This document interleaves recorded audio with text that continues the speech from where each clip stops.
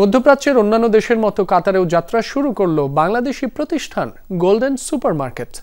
রাজধানী দোহার প্রবাসী অধ্যুষিত আল জাদিদে চালু হয়েছে প্রতিষ্ঠানটির নতুন শাখা। এ সময় ফিতা ও কেক কেটে এর উদ্বোধন করেন পিকউইক গ্রুপের চেয়ারম্যান আলমগীর হোসেন আলী।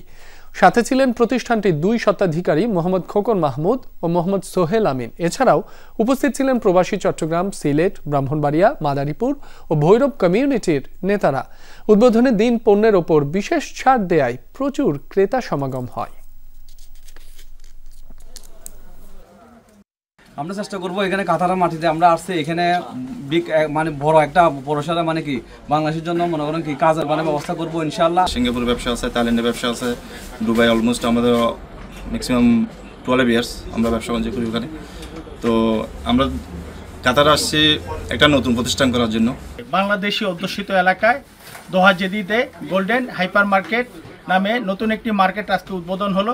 আমাদের 2 প্রিয় ভাই, বাংলাদেশি ভাই, এরা দুবাইতে, আবুধাবিতে, রাসেল খেমাতে একাধিক ব্যবসা বাণিজ্য করে, সেই সুবাদে তারা কাতারের মাটিতেও ব্যবসা করার জন্য এসেছেন।